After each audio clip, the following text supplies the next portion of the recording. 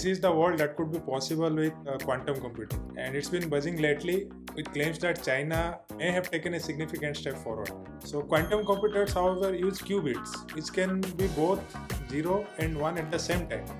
It is reported that China has broken RSA encryption algorithm using quantum computing. But breaking an RSA 2048 key would take classical computers billions of years. But theoretically, a quantum computer could do this in mere seconds.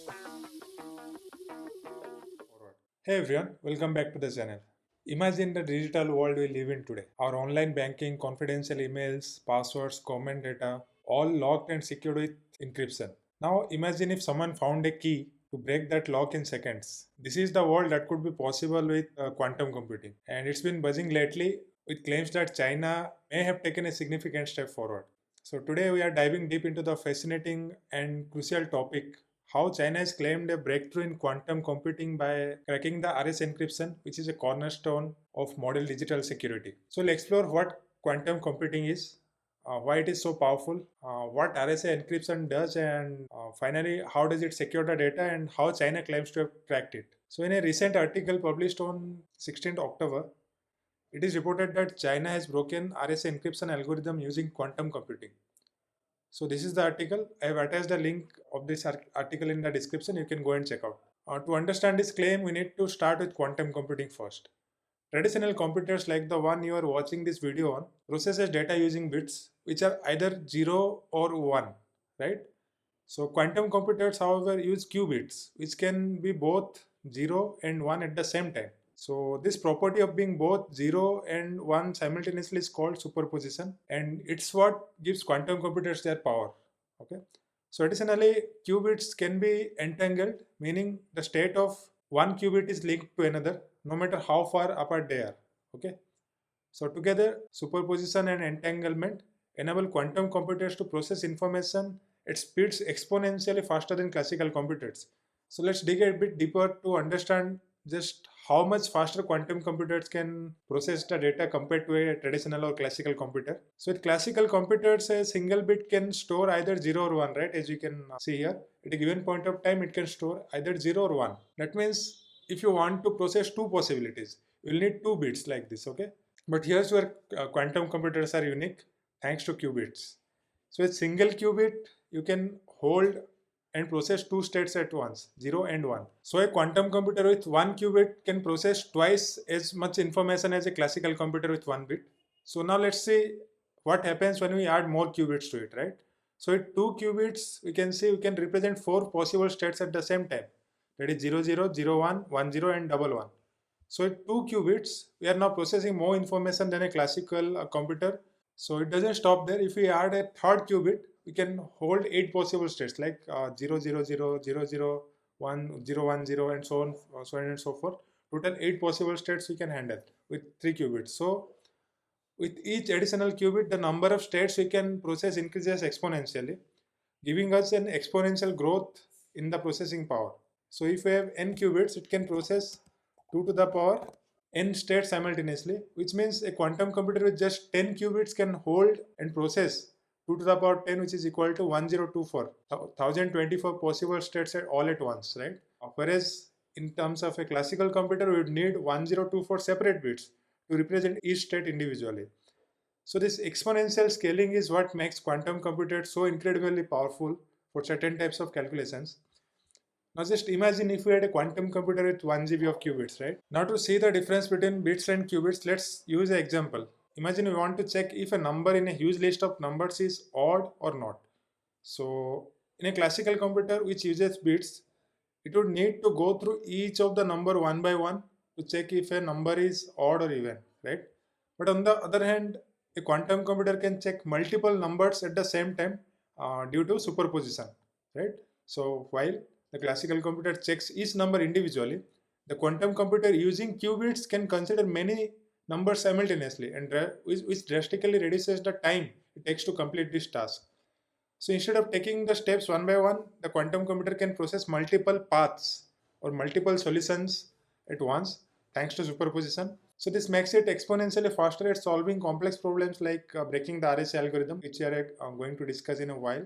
So where does China come in? So recently an article published claimed that researchers used a quantum machine called the D-wave advantage, which had 5,760 qubits to break the RS encryption through a process called quantum annealing. Although they cracked only a small 50-bit RSA key, but it's an intriguing step, right? Before you understand about quantum annealing, let's discuss in brief about the RS encryption, and after that we'll discuss about quantum annealing. Okay. Now let me just change the slide. Yeah. So what is RSA encryption and why is it so hard to crack? So RSA is an asymmetric encryption algorithm which is based on two keys, that is a public key and a private key, right? So if you want to know more about asymmetric and symmetric encryption, click on the eye icon above and watch my video on different type of encryption algorithms. So RSA is based on the difficulty of factoring large numbers, okay? So two large prime numbers are multiplied together to form a key which is then used to encrypt the data, okay? So decrypting it without knowing the original prime numbers is nearly impossible for classical computers if the key is large enough. So if this key k has, let's say, 2048 bits, it's difficult to break it to know the prime numbers involved. Okay. However, the RSA algorithm is not that straightforward. And we'll discuss about RSA algorithm in details in another video. Okay. For now, just think of this RSA algorithm with some complex calculation involved in it. Now, what does breaking an RSA key mean actually? So breaking an RSA key refers to successfully determining the private key associated with a given public key, which would allow an attacker to decrypt any data encrypted with the public key. So the security of RSA encryption is based on the difficulty of factoring large composite numbers, as we discussed, specifically numbers that are product of two large prime numbers. Okay. So when we say that an RSA key has been broken, it generally means that these prime factors or the prime numbers which constitute the private key, basically if you can see here, these numbers have been found. That's what breaking an RSA key means actually. It's basically determining these prime numbers which can be used to calculate the private key also. Now let's discuss in brief how RSA key works. In RSA encryption, a key pair is created, that is a public key which consists of k is equal to p and q and an exponent e, where p and q are large prime numbers, and it consists of a private key again which is a function of p and q, and it is derived using both p and q. So the public key is used for encryption and the private key is derived from P and Q is used for decryption, right? So the difficulty of breaking RSA lies in the factoring problem. So while it's easy to multiply two large prime numbers, okay, and create K, it's extremely hard to factor K back into P and Q without knowing them beforehand. Okay, so if you are given K, it is quite difficult to find that two prime numbers involved in creating the key K. But if it's achieved and we are able to figure out the value of P and Q, we can easily determine the private key and then the game will be over, right? So, but breaking an RSA 2048 key would take classical computers billions of years. But theoretically, a quantum computer could do this in mere seconds if it had enough stable qubits.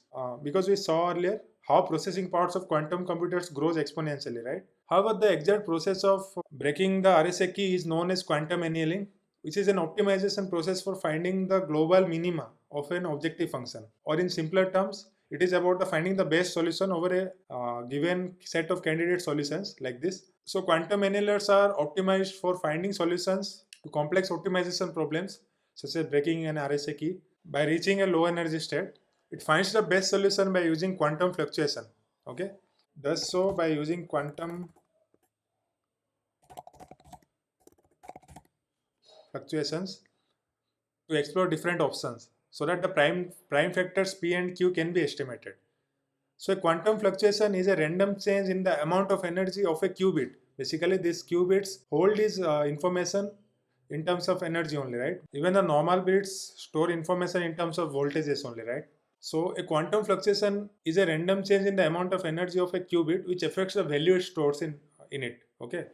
So qubits are highly sensitive to external factors such as temperature. So quantum fluctuation impact the energy levels of qubits, which can lead to changes in their state, causing decoherence, which can impact the value stored in a qubit. Basically, the qubit lose their state. Okay. So hence through quantum annealing, a low energy state is maintained for the qubits so that the RSA breaking algorithm can be efficiently performed with minimal error.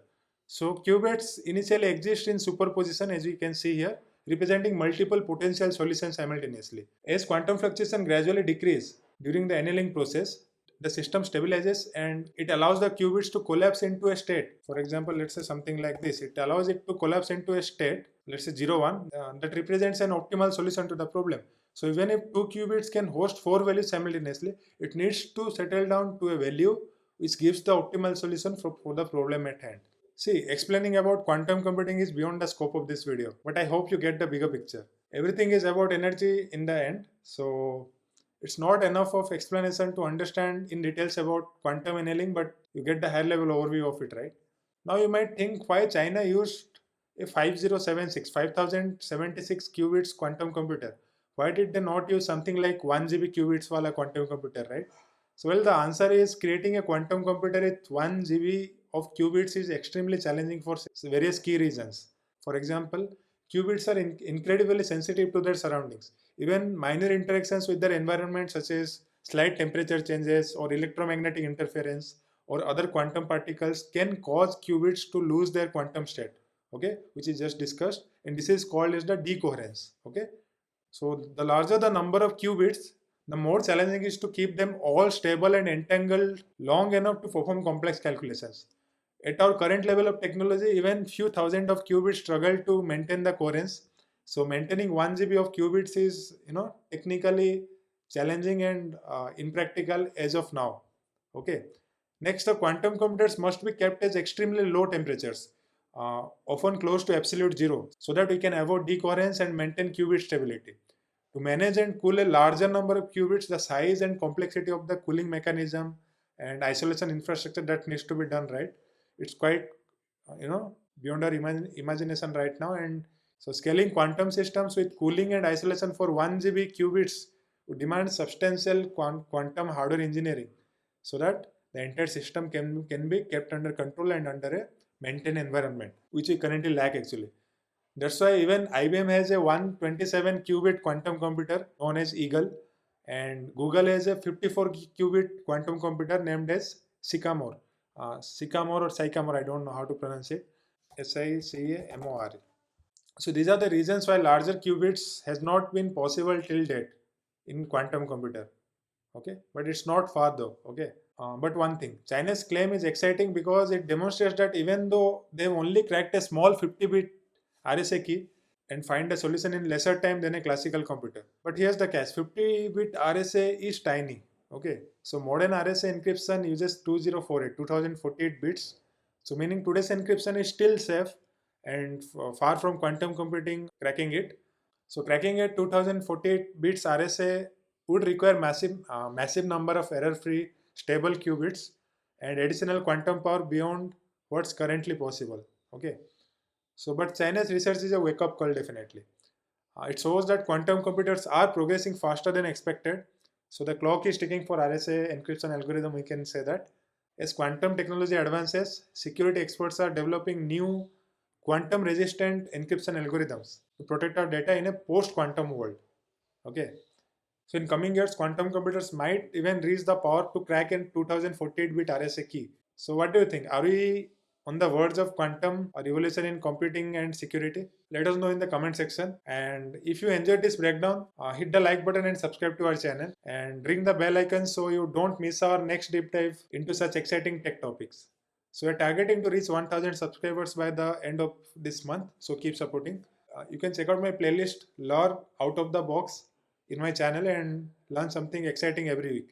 We'll come up with another exciting video next week, so stay tuned. So if you have any questions about whatever we have discussed in this video, put them in the comment section and I'll be sure to answer them. So thanks for watching and I'll see you in the next video. Thank you.